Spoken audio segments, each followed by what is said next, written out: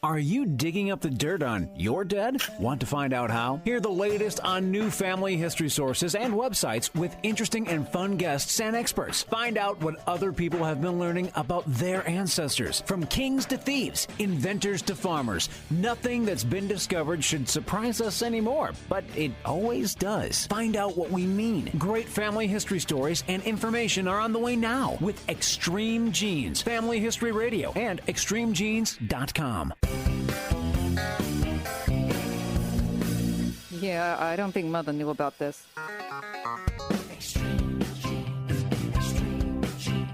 Uncle Marvin was strangled by his own beard.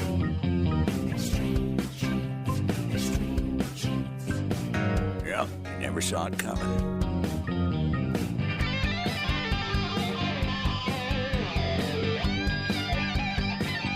And welcome to America's Family History Show, Extreme Genes and extremegenes.com. I am Fisher, your radio root sleuth, on the program where we shake your family tree and watch the nuts fall out. And if you're new to the show, welcome. We're glad to have you. We like to share stories that people discover and also share with you information on how to find your family information.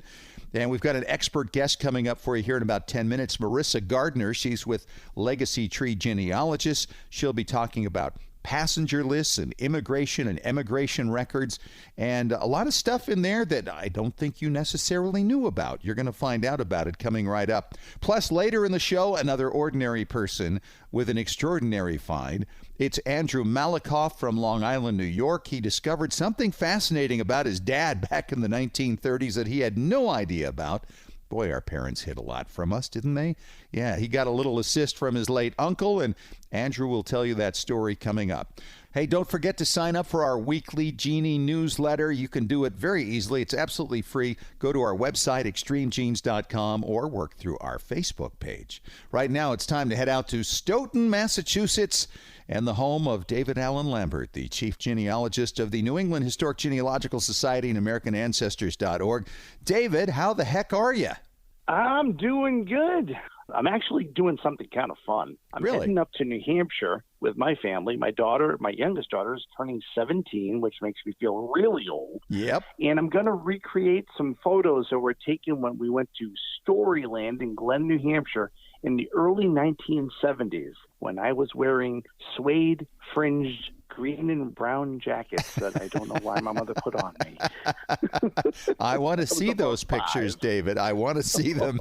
And you've got some other news happening right in your neighborhood right now. We do. Last week, Mayflower 2 returned to Plymouth Harbor. And the Mayflower 2 is a 64-year-old recreation of the original Mayflowers to the best of their knowledge of what it would have looked like.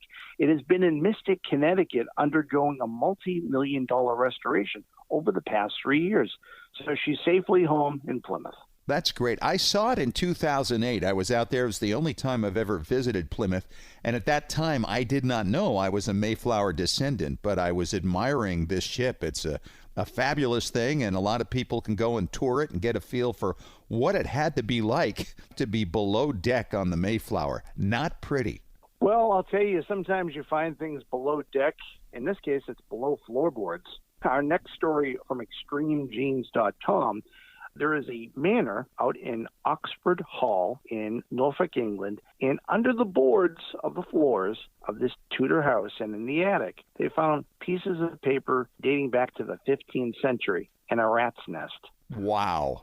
Yeah, and there was like a Bible and a box of chocolates. I mean, and it's full wrapping from like wrappers. World War II or something. I mean, yeah, Terry's gold leaf chocolate assortments.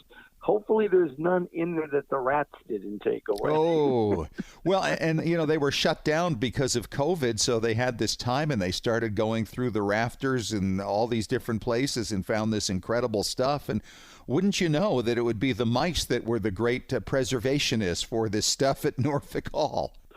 Digging deeper and going a little further north, some older artifacts have been found. There's a lot of metal detectors in Europe looking for Roman, Anglo-Saxon treasure that may be buried under the old plowed fields of England. Well, in Scotland, a metal detector has found this hoard of Bronze Age buckles and horse harnesses, and it's amazing what he had located. And now it's an archaeological dig that's taken days, not just digging in the ground, pulling up a coin.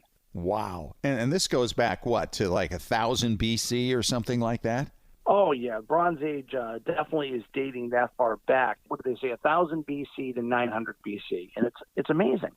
And this is the most complete horse harness they've ever found, and it's preserved by the soil, and they also found a sword. Can you imagine going to the metal detector and finding a sword as a kid?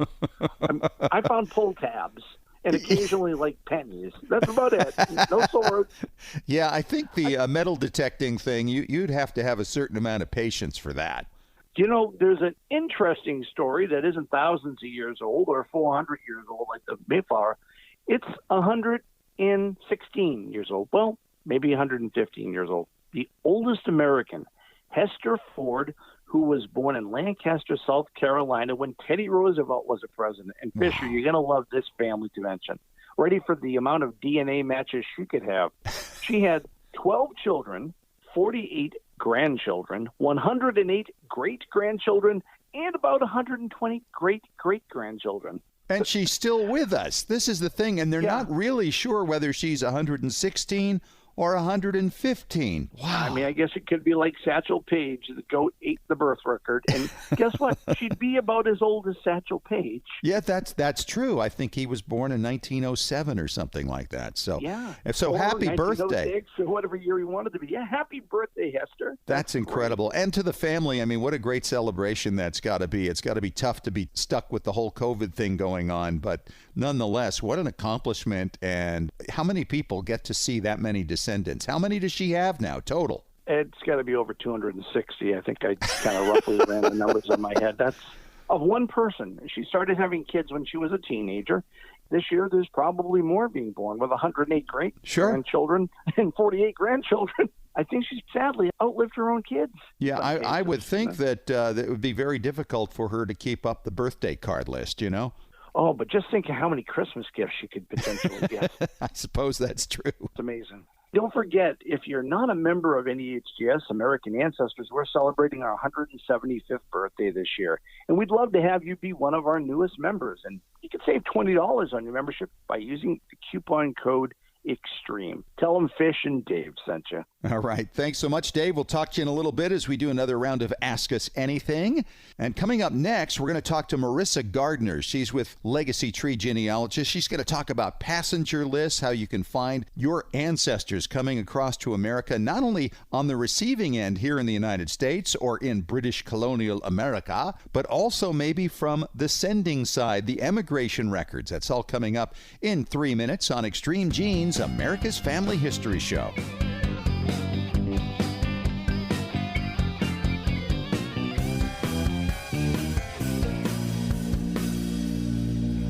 Well, Genies, what a time we're all going through right now. And with all this time on our hands, you probably agree the best lemonade we can make out of this is to sharpen our genie axes and learn how to extend our family trees, gather more photos and documents, and discover those remarkable family stories our descendants can benefit from for generations. Well, I have more time now, too, and I want to help you learn what you need to know. That's why I've created a new Facebook group, Genealogy and Family History Breakthrough Strategies. I'm so pleased that so many of you have already signed up and are helping us to create a supportive community of family history researchers.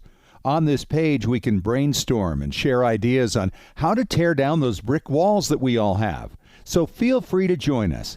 The Facebook page again is Genealogy and Family History Breakthrough Strategies. Feel at home with others who live in our genie world and want to make the most of this unique time. Genealogy and Family History Breakthrough Strategies. Join us. At Legacy Tree Genealogists, we provide families like yours with the stories of your ancestors, a legacy that will be cherished for generations to come. Legacy Tree Genealogists provides genealogy research for clients worldwide, helping them discover their roots and personal history through records, narratives, and DNA analysis. And when your research requires access to on-site archives in the countries your ancestors lived, Legacy Tree Genealogists has researchers in more than 100 countries around the globe who know the local language and how to get their hands hands on the records you need. Legacy Tree Genealogist is the recommended research firm of genealogy industry leaders worldwide, including MyHeritage, 23andMe, and more. Check out what our clients have to say. Absolutely the best. They communicated through the entire process, and my report arrived on time. The story of my family with supporting documents was very fulfilling.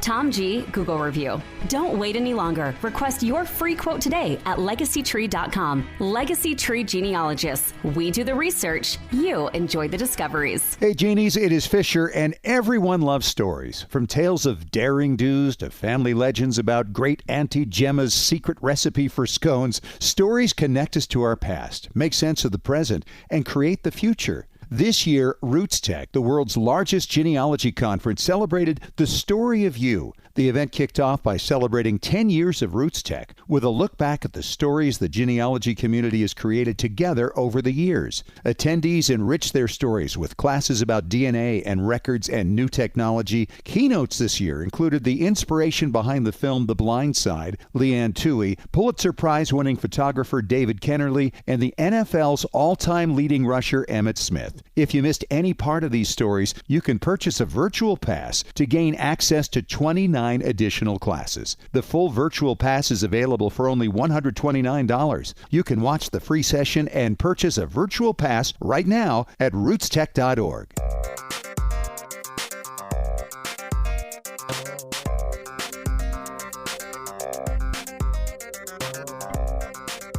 You know, it's one thing to get the names and the dates and the places, but let's face it, there's nothing more exciting than putting together the story of our ancestors. Hi, it's Fisher, and I'm talking to Marissa Gardner. She's a researcher with our friends at Legacy Tree Genealogists, and Marissa recently wrote a great article talking about passenger lists on various ships and some of the things that they can tell us, and of course, that's another major piece of your ancestors' stories. Marissa, welcome to Extreme Genes. Great to have you. Thank you. It's good to be here. You know, I'm looking back in the early years and kind of think about some of the records I've tried to find on ancestors who came over in the first half of the 19th century. Our government wasn't paying that much attention back then, was it? Not really. They wanted to know how many people were coming in, but they weren't as concerned about where they were coming from or if they had all of the right documentation or that kind of thing very early on. Were there really limitations on how many aliens could come into the United States in the early years? Not until the late 1800s. Around the time that Ellis Island opened up, they started monitoring that a lot more closely. Okay, and that probably had more to do with economics at that time, yes? Yes. They wanted to make sure that the people coming in were not going to become a burden on American society, that they had an occupation, that they had plans, that they had money on them already, that they weren't just going to come in and become a burden. That's quite a change from the beginning of the 19th century to the end, and it really kind of reflects the growth of the United States, right? I mean, we had a lot of land, there was a lot of expansion, so how many people came in didn't matter nearly as much at that point. So when we talk about looking for passenger records early in the 19th century or even in the late 18th century, it's not always that easy, is it? No, it's very complicated, especially if your guy came alone. If he came in a group, then you have a much better chance of finding him.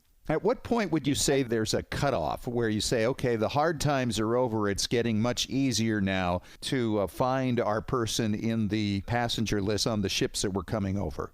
Well, passenger lists changed around the same time that naturalization papers changed, and that was the early 1900s. Where passenger lists started requesting a lot more information, like a point of contact back home and who you're going to in the United States and how much money you had on you. And all of these things, they added up to creating a small portrait of the person immigrating. And you can look at that and say, okay, this person is not the right person. They're not my guy. I can move on. Mm-hmm. Where prior to that, you see a name, maybe a country of origin and an age. And if you're really lucky, an occupation, few other things, but you look at it and you're like, okay, he could be my guy, but there could be 20 other guys just like him. Yeah, right. Especially if the name's too common and they're not traveling with people whose names you recognize from later times here in the United States, right? Yes, exactly. So if you were researching in the earlier 19th century or even later, I guess for that matter, considering what you've just said, how would people go about identifying their people? What would be the best way you would suggest? More often than not, the best way of identifying them, if they didn't come with family that you can identify, is to basically take the people that they were arriving with and research them in the United States say, for example, a recent case I worked on, the guy that I thought was the ancestor came with two guys named Victor and Casper, and the passenger list didn't say how these men were related, but they all had the same last name. It was Baues, B-A-U-E-S, and I had a lot of fun with that one. Indexers like indexing that U as an N. And oh, yes, the U and the N. That's always a problem. Mm-hmm. And what did you learn? Well, eventually, when I got the family back to their hometown, there was no Victor and no Casper, so I still don't know if the guy in the passenger list was the ancestor. But I ended up finding the correct guy in the correct town because I did more research on him in the United States and found somebody in a census who was specifically named as his brother. And I researched that man also. So between Ferdinand and this other brother, Heinrich, I was able to find the family and prove, hey, these two guys were born at the right time and they have the same parents and everything matches. So it's definitely the right people. But I still wonder if that Ferdinand in that passenger list was the right guy. I would have to go research Casper and Victor more thoroughly. Yeah, and maybe they were brothers. They went somewhere else, or cousins even.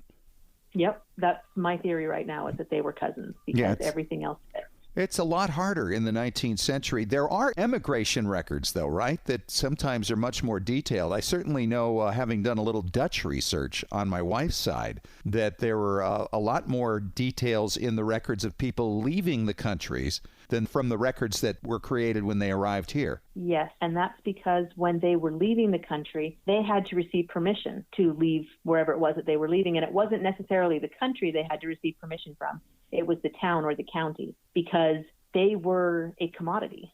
I mean, you think about a lord who owns a manor and he has all of these farmers working on it. If they start leaving in droves without permission, he's going to run out of workers really fast.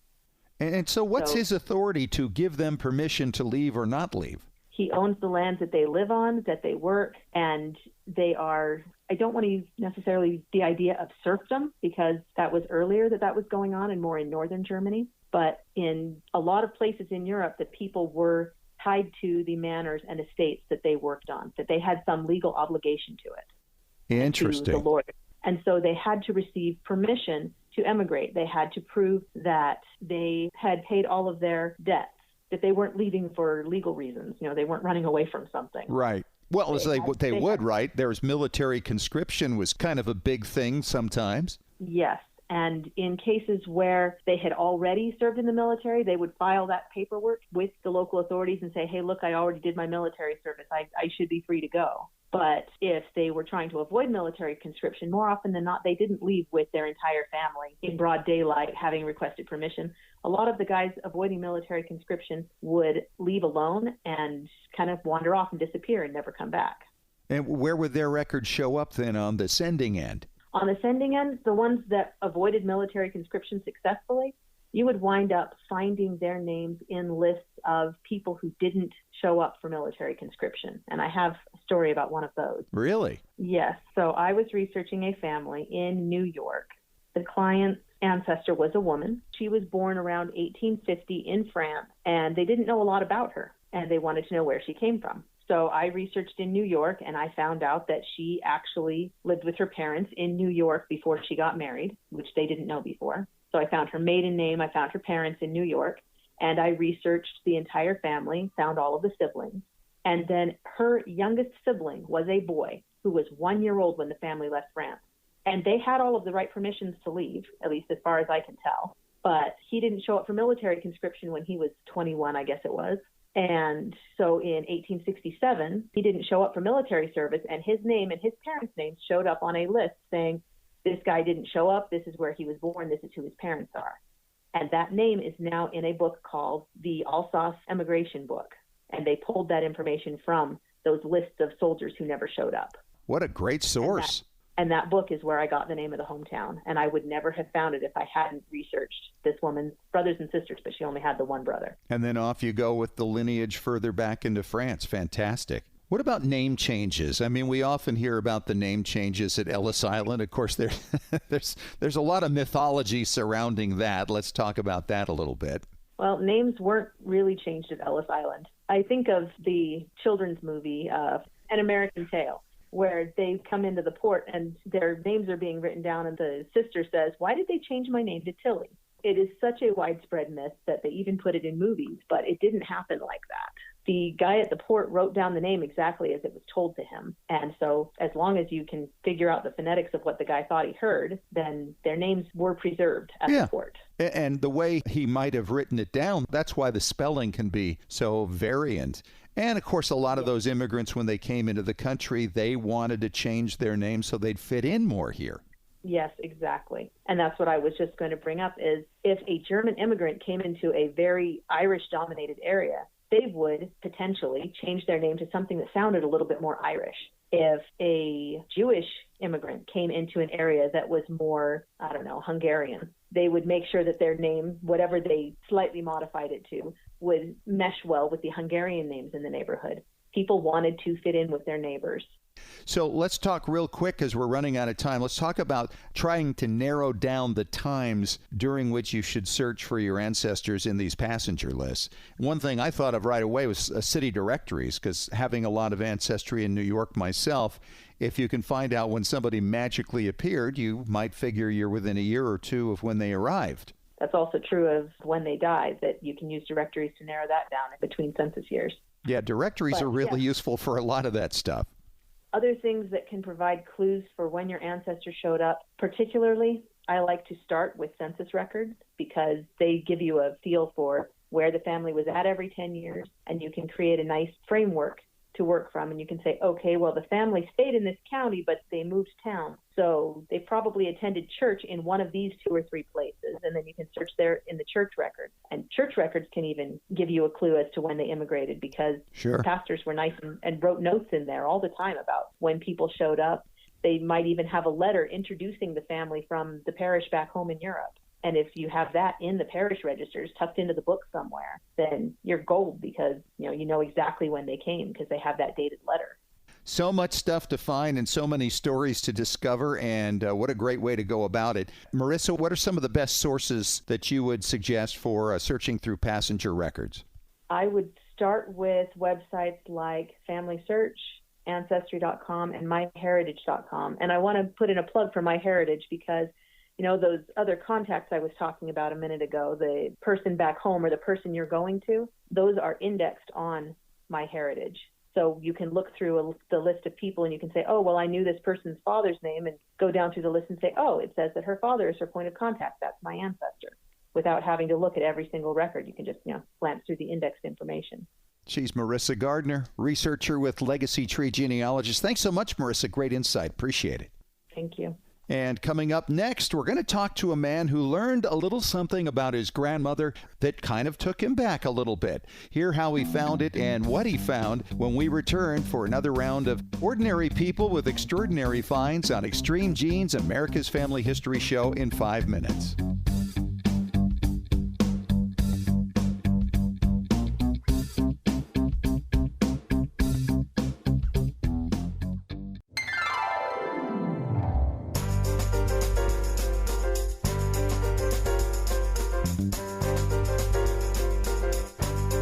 We are back. It's America's Family History Show, Extreme Genes and ExtremeGenes.com. And as you know, I love to find ordinary people with extraordinary finds, find out how they did it, and get some of the details.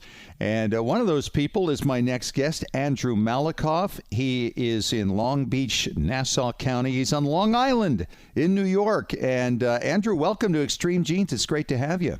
Well, it's great to be here. Thanks for inviting me. I've been cruising around the internet, and I ran into this great story about your discovery about your father and a little of his background you weren't familiar with. Let's talk about that. What got you going on this? Well, my father, he's the oldest of 4 siblings, 2 younger brothers, and then below both of them, a sister. And they grew up in Newark, New Jersey. Their parents were immigrants from Russia around the turn of the 20th century. And my uncle was the last surviving brother. He just died 1 year ago, and my aunt is still alive. But when I used to spend time with him, I always loved it because he was the family historian, a great storyteller. And he would rapid fire tell stories. And there was one that he told me that kind of stuck in my head, and I needed to know more about it. And what it was he told me that my father, who was actually a great high school athlete, all the boys were, they grew up poor, but they had a great close family and they were all very athletic, that when he was graduated from high school sometime in the late 1930s, that this was around the same time that Adolf Hitler had been about 6 years into his power. He came to power in 1933. Around that time, this group formed in the United States, which was first known as the Friends of New Germany, and then it became the German-American Bund. Ooh. They represented the center of Nazi activity, which was very active in the Newark, New Jersey area where they grew up, which is the biggest city in New Jersey. Now, what did these guys do? What did they call them? The Bundists? Yeah, they called them the Bundists. That was the later name was the German-American Bund. They dressed like the brown shirts in Nazi Germany. And there was probably at their peak around 25,000 of them in this area. Ooh. They held rallies. There's a famous rally people could find if they did a search at Madison Square Garden. And in the Newark area, they had meetings and rallies in that area. And so the story my uncle told me was that my father was recruited by an infamous local gangster.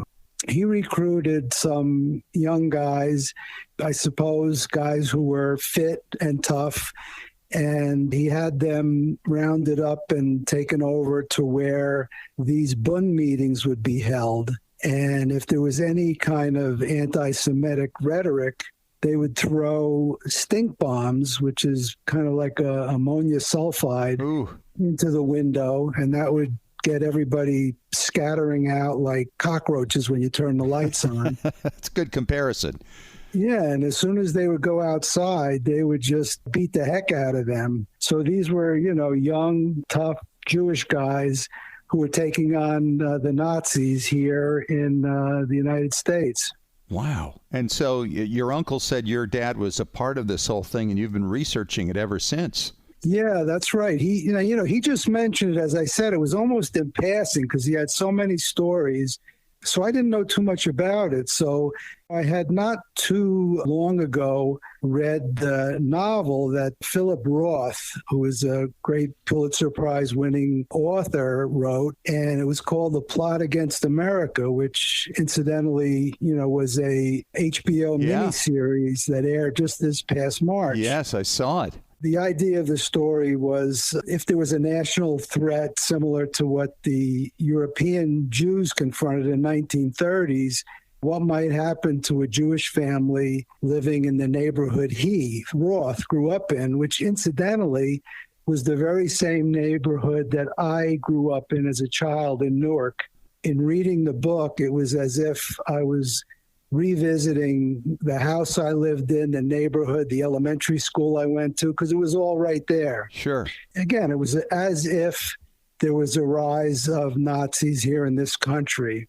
And so, but I had to do a little bit more research, so I just plugged in a few keywords, and I came upon a couple of articles that were written recently, specifically about the German-American Bund in Newark. Okay. And as it turned out, what my uncle told me was validated in these stories. And the gangster, who his name was Abner Longy Zwillman, he was like the top mob guy in the New Jersey area, operated out of the Newark area. And again, he's someone, if someone does research, they'll find out all about him and his connections. And he was Jewish, and despite all of the criminal things that he did, he was a staunch defender of his people, and he felt something had to be done. So he recruited some Jewish gangsters, boxers, and I assume other people. The word got out, and somehow my father, and I would assume maybe some of his friends, became involved in this. Wow. And did they have a name for the group that this gangster put together? Yeah, that's really interesting because I didn't, again, my uncle didn't tell me about this, but through the research, what I found out is that they called themselves the Minutemen. No, a little throwback to the Revolution. Exactly, because that name signified their readiness during that time to fight the British at a minute's notice. And so this group wanted to emulate them and fight against the Nazis. And so that's how they referred to themselves. And was this group repressed then over time as a result of these efforts and maybe others from the government? You know, I don't know specifically, but it was just a couple years later that my father joined the Army in 1941 and served there till 1945. And I think as things started to look bad for Nazi Germany, that their influence, I'm sure, waned over that time. But of course, we all know that there continue to be elements, neo-Nazi elements here in the United States. So it was never a group that really disappeared. It just morphed into different shapes and forms that we hear about now. Even, recall the Charlottesville incident when there were these young guys wearing khakis and just short they're sleeves, back. Yeah, collared shirts with torches chanting, Jews will not replace us. So they haven't disappeared completely. No. Tell me about your uncle. Was he pretty proud of your dad? Yes, he was. He was about 6 years younger, and they were both pretty talented athletes. And he looked up to him, and I'm sure when he was younger, idolized him, and never missed an opportunity to tell me that. He actually lived, my uncle, till 96. He died a year ago. I fortunately got to see him a few months before that. But yeah, he did look up to him. They were a very close-knit, tight family.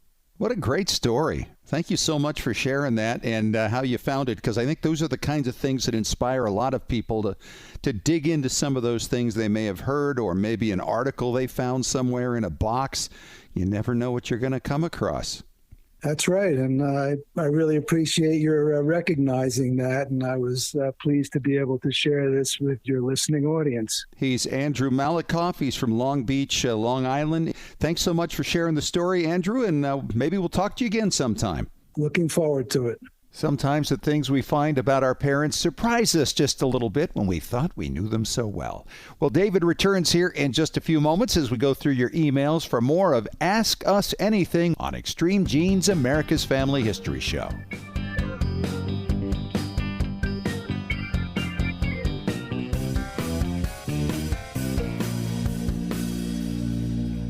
At Legacy Tree Genealogists, we provide families like yours with the stories of your ancestors, a legacy that will be cherished for generations to come. Legacy Tree Genealogists provides genealogy research for clients worldwide, helping them discover their roots and personal history through records, narratives, and DNA analysis. And when your research requires access to on-site archives in the countries your ancestors lived, Legacy Tree Genealogists has researchers in more than 100 countries around the globe who know the local language and how to get their hands on the records you need. Legacy Tree Genealogists is the recommended research firm of genealogy industry leaders worldwide, including MyHeritage, 23andMe, and more. Check out what our clients have to say. Absolutely the best. They communicated through the entire process, and my report arrived on time. The story of my family with supporting documents was very fulfilling. Tom G. Google review. Don't wait any longer. Request your free quote today at legacytree.com. Legacy Tree Genealogists. We do the research. You enjoy the discoveries. Well, genies, what a time we're all going through right now. And with all this time on our hands, you probably agree the best lemonade we can make out of this is to sharpen our genie axes and learn how to extend our family trees, gather more photos and documents, and discover those remarkable family stories our descendants can benefit from for generations. Well, I have more time now, too, and I want to help you learn what you need to know. That's why I've created a new Facebook group, Genealogy and Family History Breakthrough Strategies. I'm so pleased that so many of you have already signed up and are helping us to create a supportive community of family history researchers. On this page, we can brainstorm and share ideas on how to tear down those brick walls that we all have. So feel free to join us. The Facebook page again is Genealogy and Family History Breakthrough Strategies. Feel at home with others who live in our genie world and want to make the most of this unique time. Genealogy and Family History Breakthrough Strategies. Join us. Hey, Genies, it is Fisher, and everyone loves stories. From tales of daring do's to family legends about great Auntie Gemma's secret recipe for scones, stories connect us to our past, make sense of the present, and create the future. This year, Roots Tech, the world's largest genealogy conference, celebrated the story of you. The event kicked off by celebrating 10 years of Roots Tech with a look back at the stories the genealogy community has created together over the years. Attendees enriched their stories with classes about DNA and records and new technology. Keynotes this year included the inspiration behind the film The Blind Side, Leanne Toohey, Pulitzer Prize-winning photographer David Kennerly, and the NFL's all-time leading rusher Emmitt Smith. If you missed any part of these stories, you can purchase a virtual pass to gain access to 29 additional classes. The full virtual pass is available for only $129. You can watch the free session and purchase a virtual pass right now at rootstech.org.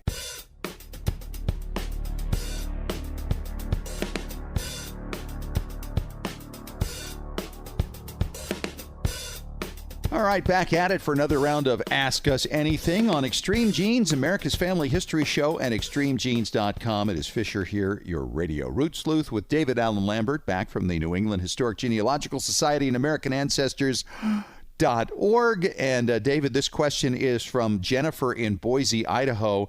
And she says, Dave, I remember you talking about finding old school records, something about your grandmother a while back. How did you find them and what are in them? Good question, Jen. And I remember this, Dave. Wasn't this something like from the 19-teens, your grandmother's report cards or something? That's exactly what they were. It was about 30 years ago. I had known my grandmother had been my only grandparent who had graduated high school. We have a photo of her graduation gown, a beautiful white dress. It almost looks like a wedding dress. Big bow in her hair, very Edwardian-looking picture. And I always wanted to say, well, I wonder how Nana did in school. Now, my grandmother had already died, so I wasn't going to get browbeat for looking into this. And I figured curiosity kills the cat. Why not? I contacted the local school superintendent's office. And I said, my grandmother went to high school there, 1909 to 1914. Do you know if you have any of the transcripts of when she went to school? Because I figured I'd figure out what grade school she went to. And that's one of the things that you normally find. Right. But they didn't have the transcripts.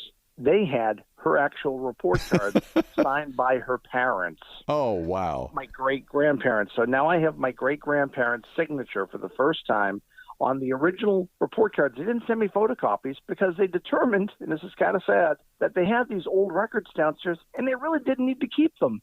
I called them back, and I said, please consider giving them to the Historical Society, but thank you for sending me my grandmother's report card. Wow. I mean, that's such a great story. And they didn't do it, though, right, as I recall? I do remember contacting the Historical Society a few years ago just to inquire, and it doesn't sound like they made it there. Ooh. My own hometown had the same problem. Our first high school started in 1865. And I got notice about 5 years ago that they were going to get rid of my school records from the high school office. And I said, well, I'll get them. They're genealogically important. And they were set to destroy them. And I said, you have a lot of older school records in the vault dating back to students from the teens and the 20s and the 1890s. It would be great to get those.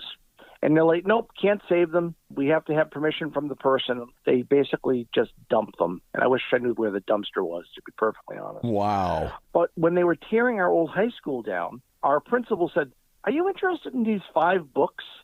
And they were the actual grade books for the high school from 1895 to 1910. They were all of the school records that I thought were going to be destroyed. Somebody had squirreled them away in a closet. So in answer to the question, then basically there's a lot of luck involved in finding something from that far back, right? Right, it is. And so you really want to start on the local level, the superintendent of schools. Now, it could be a town or city level office, or it could be a county level office that oversees all the schools in, say, a district or in a county.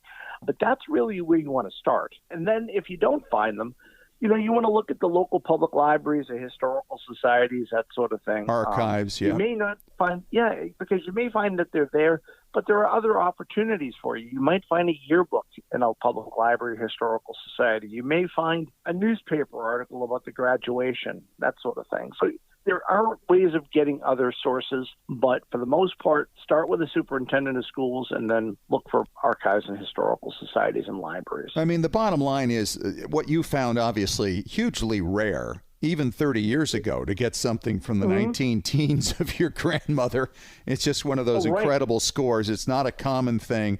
Again, the biggest archives on your family are typically within the descendants' homes all around the country. To me, the most amazing stuff I've ever found has been through other cousins. All right, Dave, we're going to take a break, and we'll be back with another question on Ask Us Anything on Extreme Genes, America's Family History Show, in 3 minutes.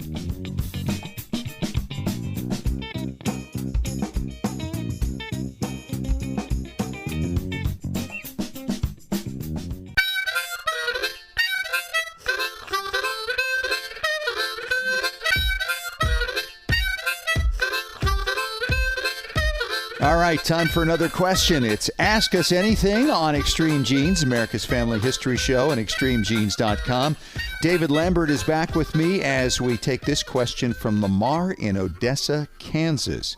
And he says, guys, I had an ancestor I heard was in the movies. Are there any databases that can help me research this person? Good question, Lamar. I think we both know the answer to this one, David. Well, I think that is very true, and it would be the Internet Movie Database, or imdb.com. Yeah, there's a lot of info there. It'll tell you what movies they were in. And can I tell you, Lamar, this is kind of fun. If you find out what they're in, you can often go to eBay and find people who have digitized these old movies and will sell you one for like $5. And then from that, you can potentially take photographs of your people from out of these old movies, especially the old silent ones. How fun would that be? Well, isn't there a scene with your mother at a party in some movie? Oh, yeah. My mom was in a bunch of movies in the 40s, bit parts, very small parts, and she wound up in IMDb. And I have a son who's in Hollywood now. He's a filmmaker also, so he's got his own page.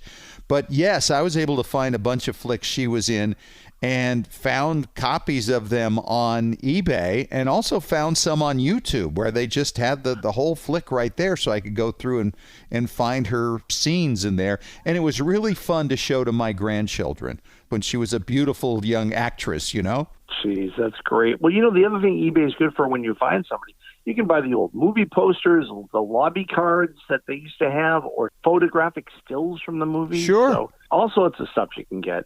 And not just IMDb is good for directories. I mean, heck, there are directories that we use all the time. For me, I use retrosheet.org, and Retrosheet has every Major League Baseball player that ever played. Right. And this is true for really all kinds of occupations. We're not limited to baseball players and actors and actresses.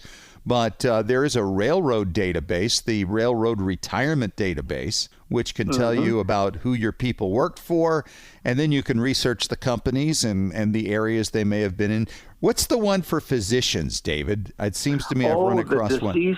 Yeah. Yeah, the Deceased Physicians Directory. I've seen it as a book, and I'm pretty sure there must be an online version of it, too. I'm a traditionalist. I like to hold books in my hands on occasion. Right. But, yeah, and there's great. I mean, in college alumni, if you find a college graduate, I mean, you could use things like classmates.com, directories for students. I mean, there's so much out there. And, of course, military databases, you know, which is an occupation in its own right. And a lot of these will give you a lot of information about them, going back to the deceased physicians.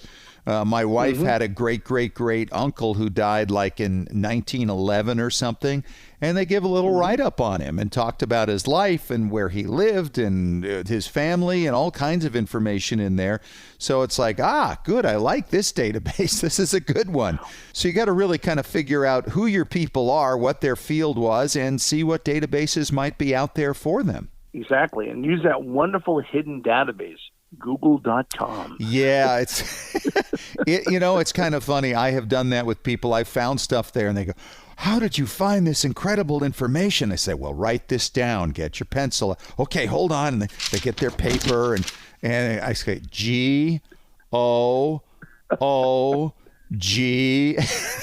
And then they get it, and it's like, oh man, they're a little taken back by how silly they feel for ignoring the most obvious place for research. It's fantastic. It's amazing. David, amazing. Thank you so much for the help. And thanks also, Lamar, for the question. It's a good one. And, of course, if you have a question for Ask Us Anything, you can email us at askusanything@extremegenes.com. David, talk to you next week. All righty. We'll talk to you then.